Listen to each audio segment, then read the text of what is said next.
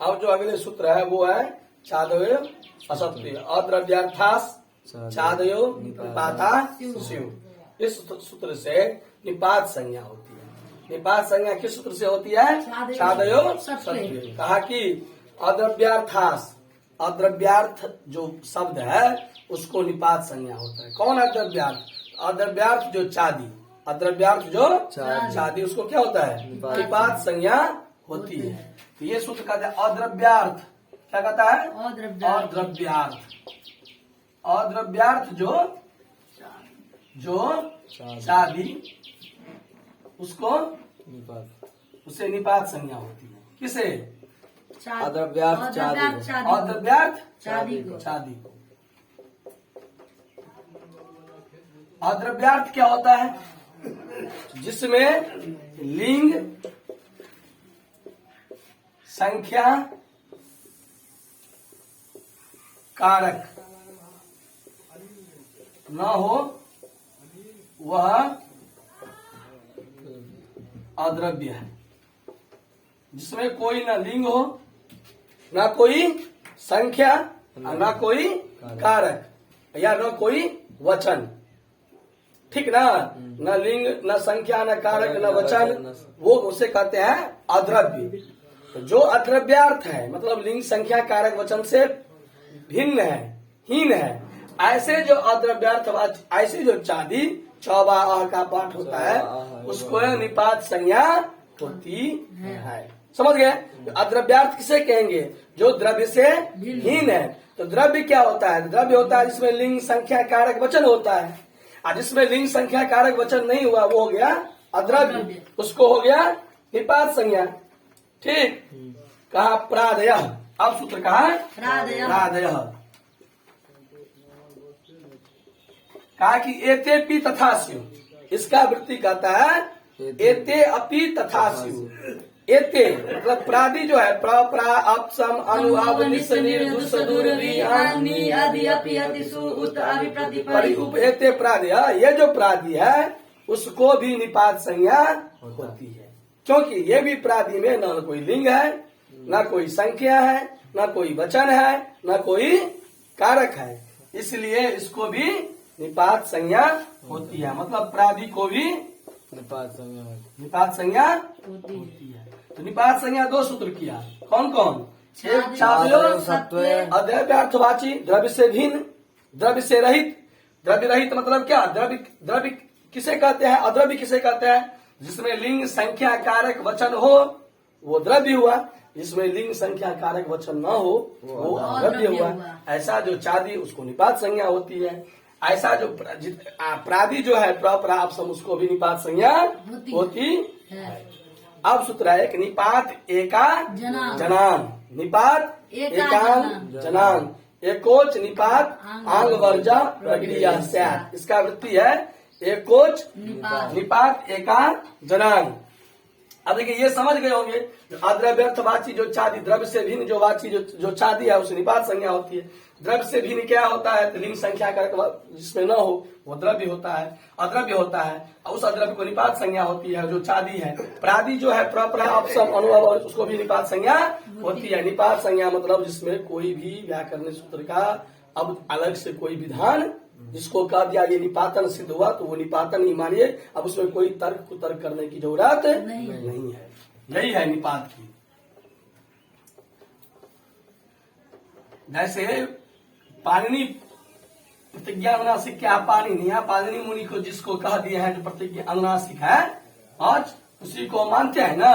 उससे निपात में भी कोई तर्क नहीं होता है। अब सूत्र है निपात एका जनान। निपात एका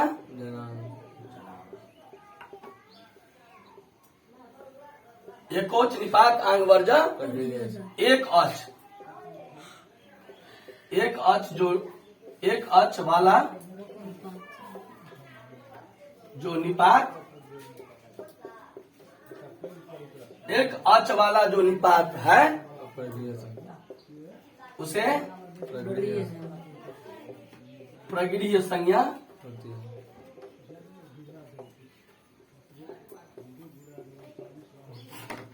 मतलब जिसको हम निपात संज्ञा किए ना, अगर वो एक अच वाला है, इस निपात एकोच निपात आंग वर्जा आंग को छोड़कर, आंग को छोड़कर मतलब क्या है? जो आंग वर्जित माने आंग को छोड़कर, आंग को छोड़कर जो एक अच वाला जो निपात है, मतलब जिसको निपात संज्ञा दो को कहा है, एक चादी को, एक प्रादि को।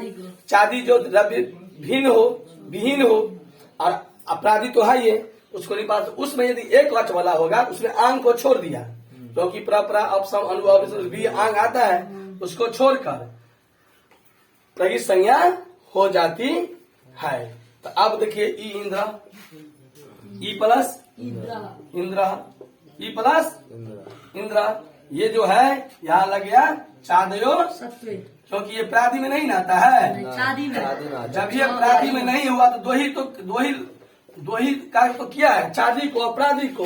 तो प्रादि में तो परपरा अपसम अनुभव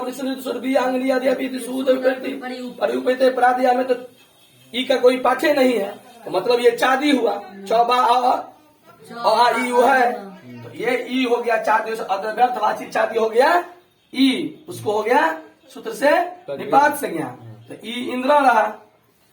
और जब ई इंद्र हो गया तब लग गया निपात एका जना, निपात एका जनाम। अब निपात एका आंग वर्जित, आंग को छोड़कर, आंग नहीं है, ये ई है, और एक अच वाला है, दूसरा अच भी नहीं है, और निपात संज्ञक भी है। एक अच वाला हो, एक अच वाला है, निपात संज्ञक हो, निपात संज्ञा है, और आंग को छोड़कर आंग भी नहीं है, इसीलिए इसे क्या हो गया? प्रगित संज्ञा हो गई। तब हो गया ई इंद्र। अब लग गया जब प्रगित संज्ञा होती है तो फिर क्या लगेगा? प्लुत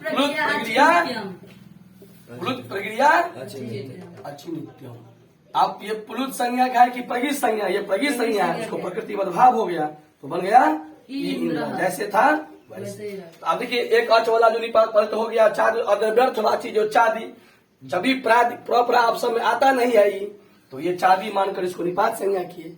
निपात संज्ञा करने के बाद क्या होता है? आंग निपात एका आंग वर्जित हो, एक अच वाला लेकिन हो, और निपात संज्ञक हो, वो एक, ये आंग भी नहीं है, एक अच वाला है ही, निपात संज्ञक भी है, उसको प्रगित संज्ञा हो गई। प्रगित संज्ञा करने के बाद प्लुत प्रक्रिया भाव हो गया ई इंद्र। उसी तरह से बनेगा प्लस उमेश।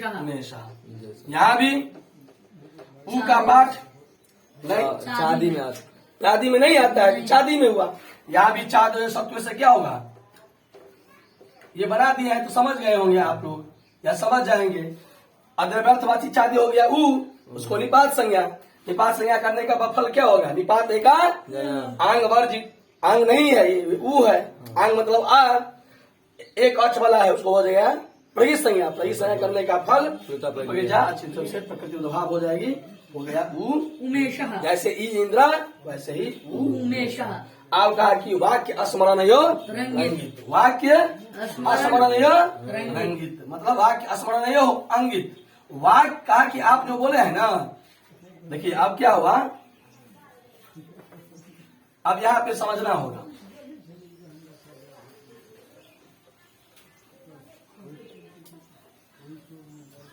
अब है वाक्य वाक्य स्मरण,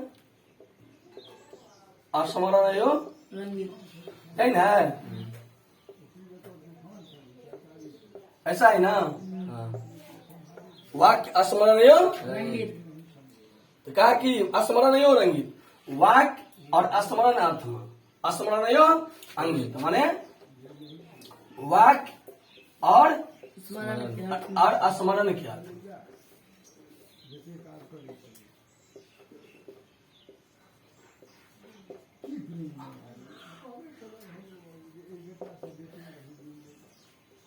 आंग अगित है, माने अंगित मतलब गीत रहित है। वाक्य और स्मरण अर्थ में आंग को गीत नहीं मानते हैं। इसका अर्थ ये हुआ वाक्य स्मरणयो, वाक्यश्च स्मरणश्च आंग अंगित, मतलब वाक्य और स्मरण अर्थ में गकार को जो घित मानते हैं इस संज्ञा करने वाले, वो घित नहीं है, वो आंग का। वाक्य स्मरणयो रंगीत रंगित। ठीक, तो वाक्य स्मरण अर्थ में आंग जो को घित नहीं माना जाता है। तो कहा कि कैसे, तो कहा आ एवं नु मन्य से, आ एवं नु, मन्य से, आ प्लस नु मन्य, आ एवं नु मन्य, मन्य से, यही ना है। यहाँ लग गया कहाँ पे, यहाँ लगा प्रादय। क्यों, यहाँ जो आ है वो आंग वाला आ है, हाँ। तो प्रादि में आता है। हाँ। प्रादय प्रादि मतलब कि प्रादि में जो पढ़ा गया है प्रादि, उसको निपात संज्ञा होगी, तो निपात संज्ञा तक तो कोई दिक्कत नहीं था। आ एवं नु मन्य से, नु, मन्य से, आ एवं नु, मन्य से, यहाँ तक तो सही है, यहाँ तो कोई दिक्कत। नहीं है। जब आ एवं नु मन्य से हो गया, जब आ एवं नु मन्य से, मन्य से हो गया, तब क्या लगा, कहा कि आप लगा दिए निपात एका जना, एका एका जना। कहा कि यहाँ जो आप लगाते हैं, आप तो कहते कि आंग वर्जित जो एक औच वाला निपात, उसको प्रगित संज्ञा करेंगे। जिसमें आंग न हो, एक औच हो, ऐसा जो निपात संज्ञा, उसको प्रगित संज्ञा करेंगे। ये तो आंग है ना, ये तो आ है ना, आंग वाला आ है, इसको निपात संज्ञा कैसे करेंगे। तो वार्तिक का वाक्य स्मरणयो रंगीत, वाक्य और स्मरण अर्थ में यदि आंग होगा तो वहाँ गीत नहीं माना जाएगा।